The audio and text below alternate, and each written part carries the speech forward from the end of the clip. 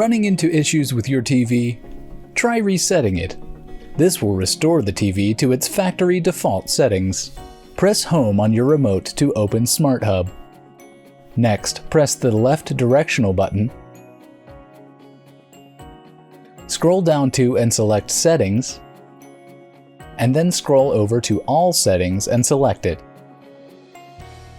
From here, select General and Privacy, and then Factory Data Reset. Enter in your PIN. If you haven't created one, just enter the default PIN.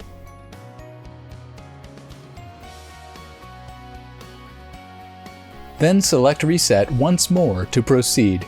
Keep in mind that this will delete settings like account information, picture settings, downloaded apps, and Smart Hub.